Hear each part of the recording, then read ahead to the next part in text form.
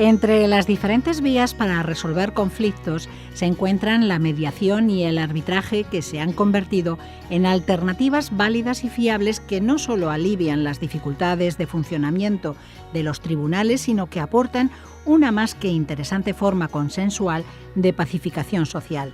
Un ejemplo de ello lo hemos tenido recientemente en el conflicto de Iberia, que se llegó a un acuerdo entre empresa y trabajadores que ponía fin al conflicto laboral tras aceptar la propuesta del mediador, desconvocando las huelgas que tenían previstas. Si usted se encuentra en medio de una disputa y está buscando un método alternativo de resolución de conflictos, para evitar un costoso y lento proceso legal, alcanzando un acuerdo acerca de la controversia, acuda a uno de estos dos métodos alternativos de resolución de conflictos que tienen ciertas similitudes, pero son procedimientos diferentes.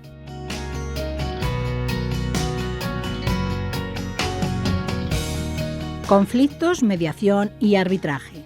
En los próximos minutos nos ocupamos de la mediación y del arbitraje, en concreto de un arbitraje especial y muy complejo, el marítimo. Fernanda Moretón, profesora de Derecho Civil de la UNED, nos introduce en las diferentes vías de resolución de conflictos y nos presenta a sus acompañantes.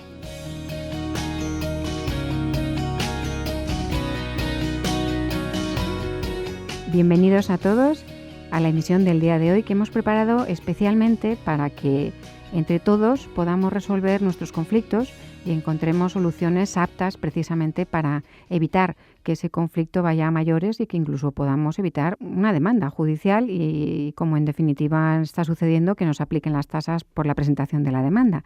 De modo que hoy vamos a hablar de unos conflictos y de unas soluciones que específicamente son ajenas al mundo jurisdiccional, y por eso vamos a hablar de los arbitrajes especiales y de la mediación. Y por eso en el día de hoy somos tres profesoras. Una de ellas es la profesora Bárbara de la Vega Justribó, que me gustaría darle la bienvenida. Hola, Fernanda. Y también está con nosotras la profesora Araceli Donado, también del Departamento de Derecho Civil, como yo misma. Araceli, ¿qué tal? Muchas gracias, Fernanda. Gracias, muy bien. Aquí, en definitiva, estamos tres profesoras, una de la Carlos III, que es Bárbara, dos del Departamento de Derecho Civil de la UNED. Bárbara es profesora y experta en Derecho Mercantil. Y, como les decía, vamos a hablar de ciertas fórmulas por las que se solucionan los conflictos. Nos conviene tener en cuenta que cuando existe un conflicto entre partes contrapuestas, existen tradicionalmente distintas fórmulas o distintas vías para resolver ese conflicto, porque de lo que se trata, insisto, es de encontrar soluciones a los conflictos. Y para encontrar solución a los conflictos tenemos la autotutela, en la que en definitiva tenemos a un sujeto en conflicto que se va a imponer al sujeto que también está en conflicto, pero se impone sin mayores negociaciones sobre el B. Entre ellos dos, conflicto, entre ellos dos, uno se impone sin negociación y acuerdo sobre el otro. De modo que la solución es unilateral y la acepta el otro. No es que la acepte, es que se la imponen. Por eso se suele decir que es un método de autotutela de imposición. Por el contrario, y en segundo lugar, tenemos los métodos de autocomposición. Fíjense o fijaos en la etimología. Autocomposición quiere decir que las partes en conflicto entre ellas van a llegar a un acuerdo. E incluso, como tendremos ocasión de ver ahora con Araceli, es un tercero que propone, que media, pero que puede intervenir, pero que lo que puede hacer es acercar posiciones, pero que la solución a ese conflicto entre las dos partes es una solución que surge y que emana de las propias partes y entre las propias partes y a las propias partes vincula. Y por último tenemos los sistemas heterocompositivos, en los que también, insisto, que hay un conflicto y que también, como su propia etimología indica, hay un tercero ajeno que es el que impone la resolución a las otras dos partes en conflicto. Es un sujeto que, si hacemos un triángulo, se pone en el vértice superior y es un tercero que puede ser el juez o la jueza, o puede ser el árbitro también, si no me equivoco, y ahora nos explicará en todo caso Bárbara. Y fíjense, e insisto, que es heterocompositivo. Nosotros, las partes en conflicto, llevamos a ese sujeto, el tercero, a ese órgano jurisdiccional o un órgano no jurisdiccional, pero que se puede imponer y que va a emitir un laudo en el caso de los árbitros o una sentencia en el caso de los jueces, y es una resolución que se impone a ambas partes y que ambas partes tienen la obligación y el deber de acatarla. Por eso, una de las cuestiones más interesantes que podíamos traer al día de hoy no es solo hablar del arbitraje especial de consumo, que lo es y que es un sistema además mucho más sencillo que otros, que es un sistema que tiene su regulación propia, que es relativamente reciente, que es el Real Decreto del año 2008, que evidentemente se promulga en el marco genérico del texto refundido de los consumidores y usuarios del año 2007, porque específicamente este texto refundido contempla en su artículo 57 y siguiente este método de solución de conflicto y este sistema arbitral de consumo. Pero aquí, como experta, yo creo que Bárbara te agradecería enormemente que, por lo que se refiere al arbitraje marítimo, nos digas las cuestiones nucleares, el ABC. ¿Cuál es la esencia de ese arbitraje en el entendido de que, como he hecho en esta pequeña introducción, es un sistema heterocompositivo en el que un tercero se impone? ¿Cuál es ese ABC, las cuestiones nucleares? ¿Cuál es la esencia del arbitraje marítimo, Bárbara? Pues mira, Fernanda, yo destacaría, y además en contraposición absoluta con el arbitraje de consumo, también especial que tú has citado, este arbitraje marítimo internacional o no internacional, por el que me preguntas, es una materia que podríamos concentrar en 5 puntos.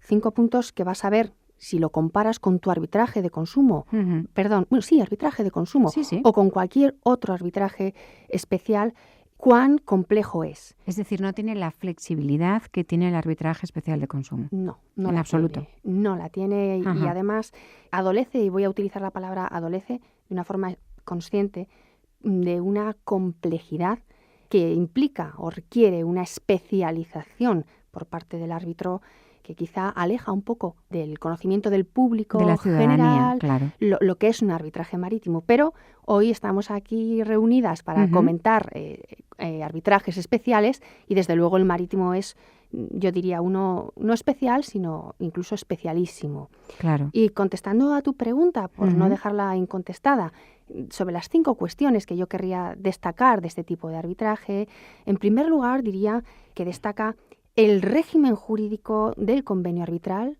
que es un tanto particular. Sí. En segundo lugar, la denominada arbitrabilidad de las disputas.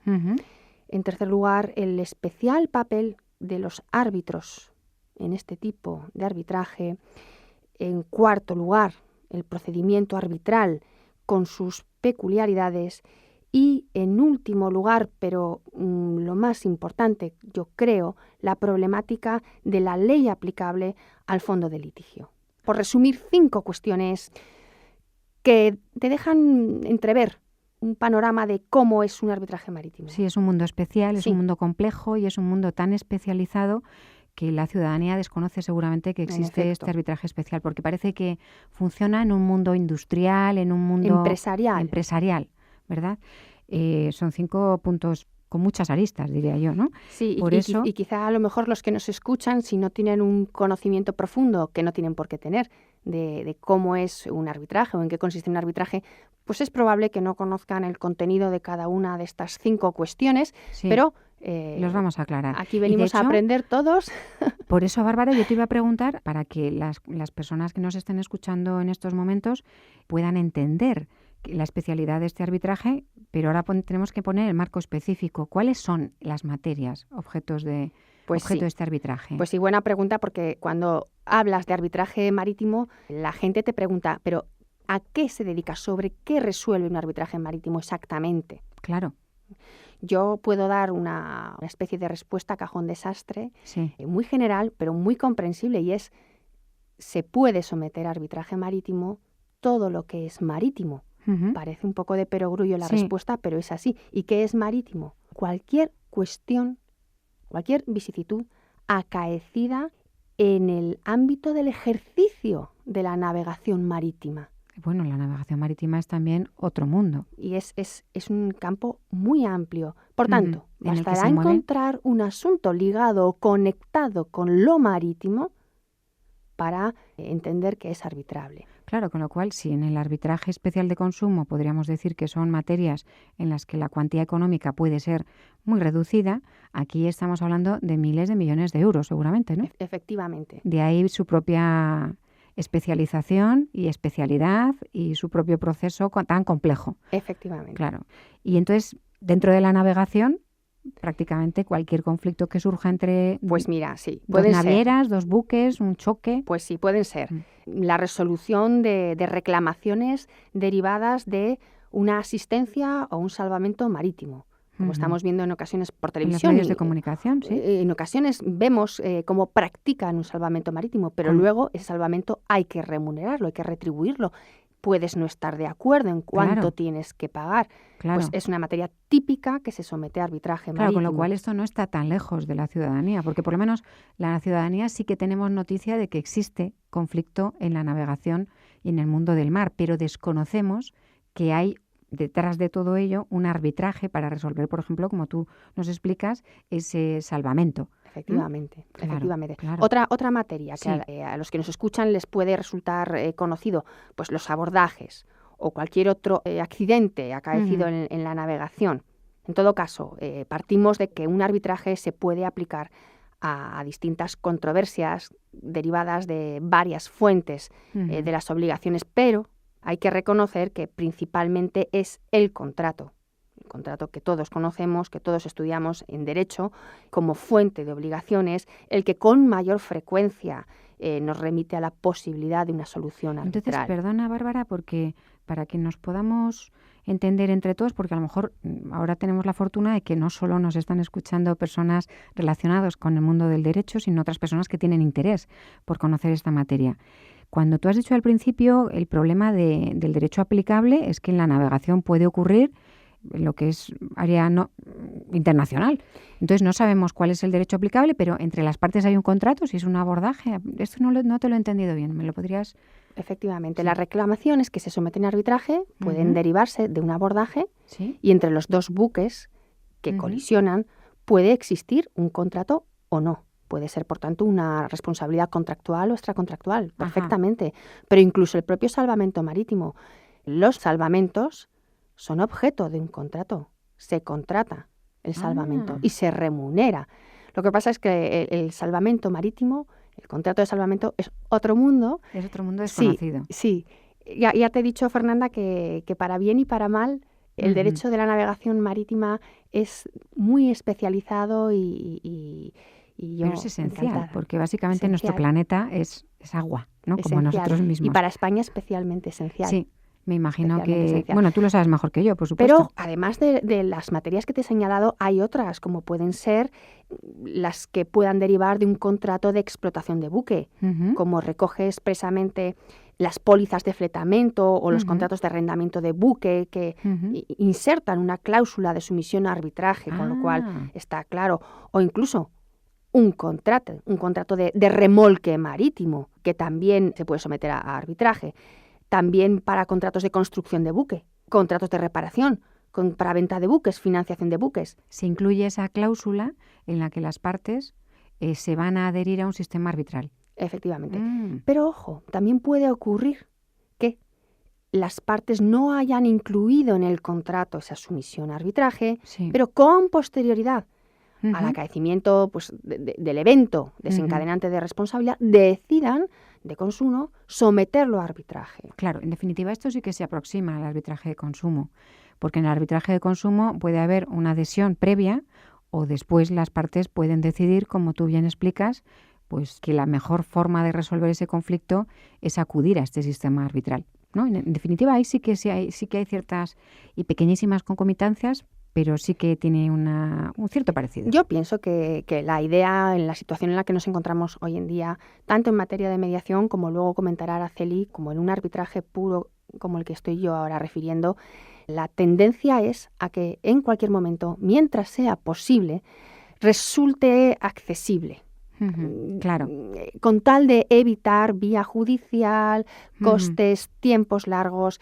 Entonces, mientras sea, desde el punto de vista procesal, sea posible, siempre hay que dejar la puerta abierta al cauce arbitral o a la propia mediación. Que es un sistema extrajudicial, insistimos en esto. Absolutamente. Aunque el árbitro tiene la misma figura o la misma equiparación, podemos decir, por lo que se refiere a la resolución del conflicto y de su laudo, tiene la misma eficacia y valor. Las partes han de someterse al laudo que dicte el árbitro. es así, sin duda, ¿no? Efectivamente. Pero, Fer, mira, no quiero dejar de señalar una cuestión. Sí. Quizá yo he dado a entender que son muchas las materias que se pueden someter a arbitraje marítimo por ser una materia absolutamente disponible para las partes, pero sí que quiero señalar que la posibilidad de someterse a arbitraje en ningún caso, repito, recuerden que estamos en un ámbito empresarial, Nada de el ámbito consumerista, no, estamos en un ámbito empresarial. Entonces yo quiero llamar la atención sobre una especie de estrategia o de táctica que se ha intentado, sin éxito, gracias a Dios, en algunas ocasiones, que consiste en recurrir al arbitraje como medio para escapar a la aplicación de determinadas normas imperativas.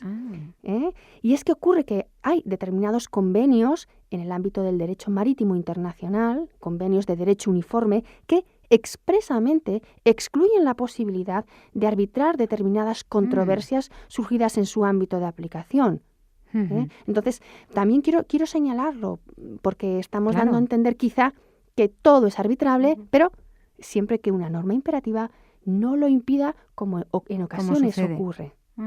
Exacto. Nada más, Fer, perdona que te he cortado. No, al contrario, yo te lo agradezco muchísimo porque yo creo que entre todos aprendemos más en un coloquio que de exposiciones monográficas. Y una cosa, Bárbara, como experta en esta materia y también como profesora que participas en uno de los másteres de la UNED, en la abogacía, si no me equivoco, en esta materia, como tutora. Sí. Los aspectos prácticos o qué problemas más relevantes podrías destacar en este arbitraje. Pues mira, en el arbitraje marítimo internacional, en particular, hay una cuestión que en la práctica se está planteando. Y es los tribunales están planteando algunos problemas al interpretar las cláusulas del foro y las cláusulas de arbitraje, las dos. Explícame esto que no lo he entendido. Sí. Cuando dices los tribunales, estás hablando en un órgano jurisdiccional, se suscita un conflicto porque no se interpreta correctamente el laudo. Efectivamente. ¿Qué es esto? O sea, las partes se ha dictado un laudo y las partes, eso sí, tienen derecho a recurrir el laudo en el ámbito jurisdiccional. Y el juez o el órgano o el magistrado o la magistrada dice... ¿Qué dice? Es que eso no lo he entendido. Efectivamente. Yo te pongo un ejemplo para que los que nos escuchan me entiendan mejor. Sí. El ejemplo paradigmático del problema que estoy planteando son las peculiaridades que existen en los documentos o en los contratos de transporte que incluyen cláusulas de arbitraje y en la interpretación que de estas cláusulas de arbitraje están haciendo los tribunales en el caso que tú señalabas. ¿Qué sucede? Los tribunales están recientemente interpretando estas cláusulas de arbitraje o cláusulas del foro, para el caso de que no se esté acudiendo al arbitraje, de una forma excesivamente amplia. Y con esta amplitud, con esta interpretación amplia, están ocasionando un perjuicio en los derechos de determinados interesados en el tráfico marítimo. En particular, el problema que se está planteando es el de la oponibilidad de una cláusula de arbitraje a una persona que no ha sido parte en el contrato que incluye esa cláusula de arbitraje. Claro, el problema en definitiva es que un tercero ajeno a una relación contractual, ajeno, no ha sido parte de un contrato, se ve afectado por una cláusula de arbitraje que no ha consentido. Con lo cual, claro, se le ven conculcados sus derechos fundamentales. Efectivamente. ¿No? Defensa, y sobre esta cuestión la quería comentar como una cuestión sobre la que hay pronunciamientos judiciales en España y en el extranjero. Entonces, protectores del tercero. En ambos sentidos. En ambos sentidos. En ambos sentidos. O sea, que es una materia controvertida. Sí. Están interpretando de una forma, en ocasiones, excesivamente amplia, con excesiva flexibilidad, hasta el punto de llegar a perjudicar a un tercero interesado en una relación contractual marítima, perjudicarle en sus derechos. Caray, o sea que el laudo que se dicta para dos partes y que puede ser favorecedor de un tercero, el órgano jurisdiccional decide que le es oponible, que le es aplicable, que esa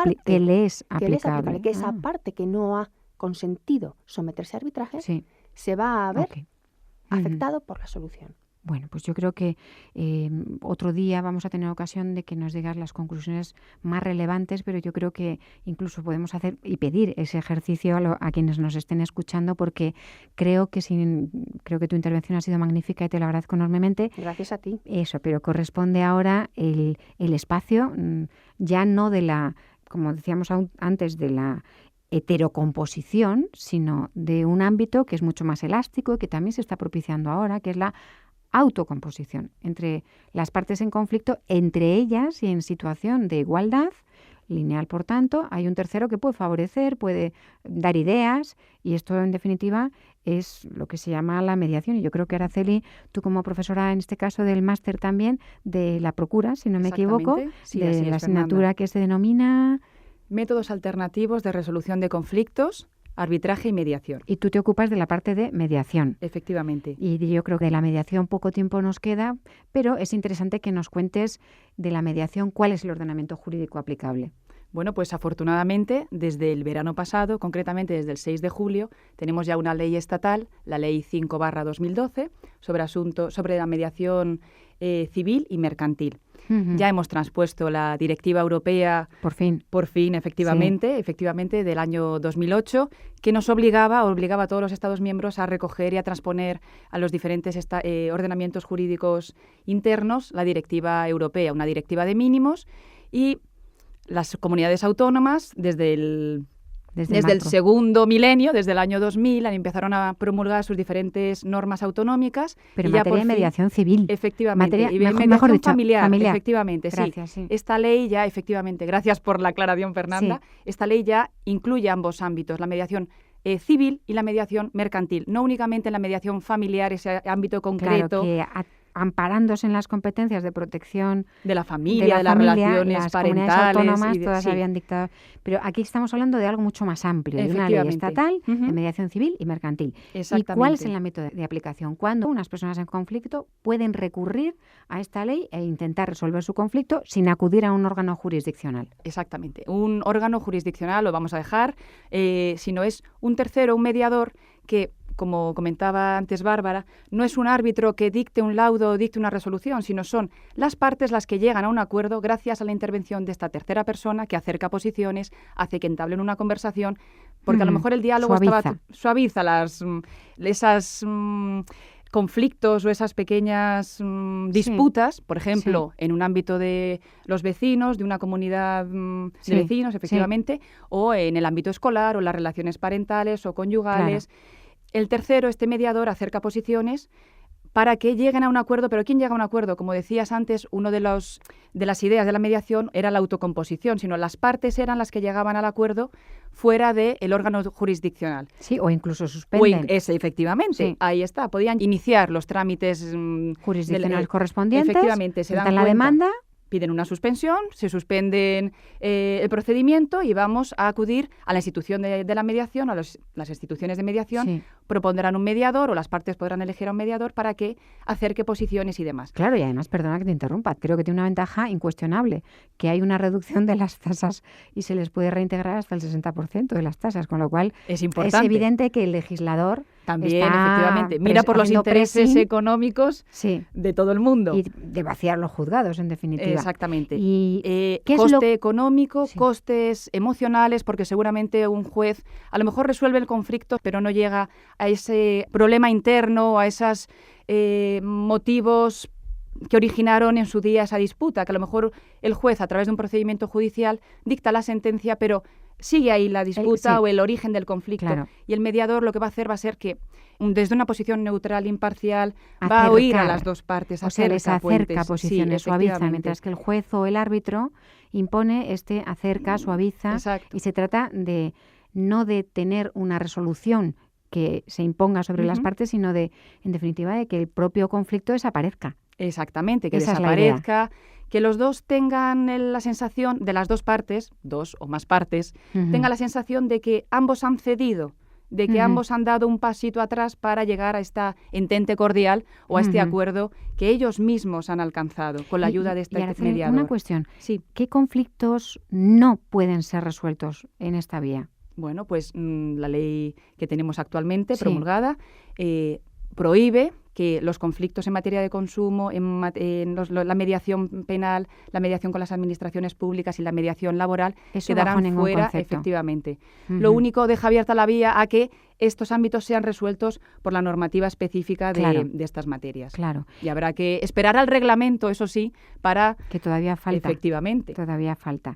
para ver Y, cómo se regulan otras cuestiones del perfil del mediador, cuál va a ser la formación del mediador, Ujú. una serie de requisitos que vía reglamento Se estarán tendrán más que claros y resolver. más concretos. Y entonces, yo vuelvo a incidir en esta cuestión. El ámbito de aplicación, ¿cuál es? Ya sabemos cuál es el que no. Ujú. Y entonces el ámbito de aplicación, Materia civil y mercantil. así de amplio. Exactamente, sí. O sea Sí, que sí. puede ser... Siempre y cuando sea materia disponible por parte de las partes Claro, o sea, Estado enfrentadas. civil, estas cuestiones Claro, no. habrá, exactamente. Claro. Eso lo prohíbe expresamente la ley. Que sea materia disponible por las partes, podrán Claro. acogerse a la mediación. O sea, si tenemos un usufructo, que hay un conflicto, si tenemos pues unas lindes, eso sí que lo podemos resolver. Si Efectivamente. lo que pretendemos resolver es una cuestión sobre el Estado civil, aquí No, nada. la mediación no tenía nada que decir porque no es disponible entre las partes. Exactamente. ¿Y así qué más es. nos podrías destacar como más llamativo de esta norma?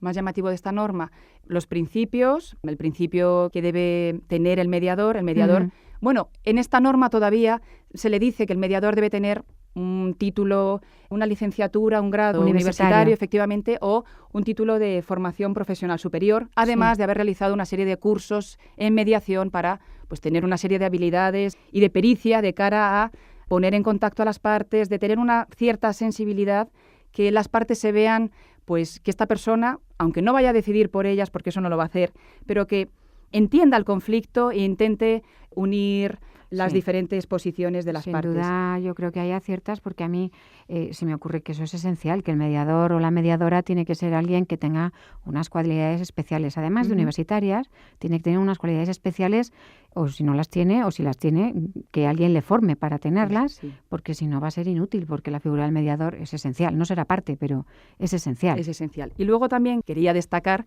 que el acuerdo de mediación podrá elevarse a escritura pública para Ujú. luego, Que sea ejecutivo. exactamente, solicitar la Mm. ejecución del mismo. Claro, Pero habrá esto que es una elevarlo a buena idea. escritura pública. Claro. Está recogido también en la norma.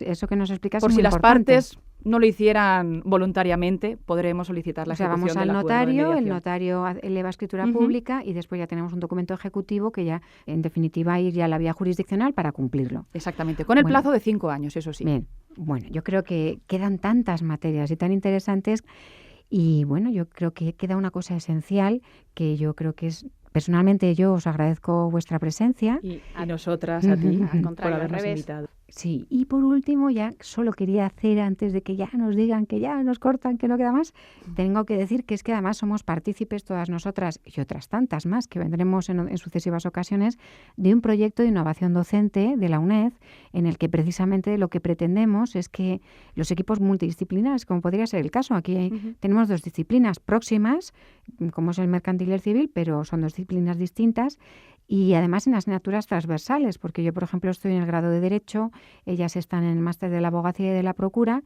y lo que queremos es tener formación específica para mejorar en nuestras cualidades, caso de que las tengamos, y que los recursos educativos de nuestra Universidad Nacional de Educación a Distancia pues sean más efectivos y más beneficiosos para la ciudadanía, que en definitiva es lo que pretendemos. De modo que yo creo que vamos a darle las gracias a todos Muchas y nos gracias. despedimos. Gracias.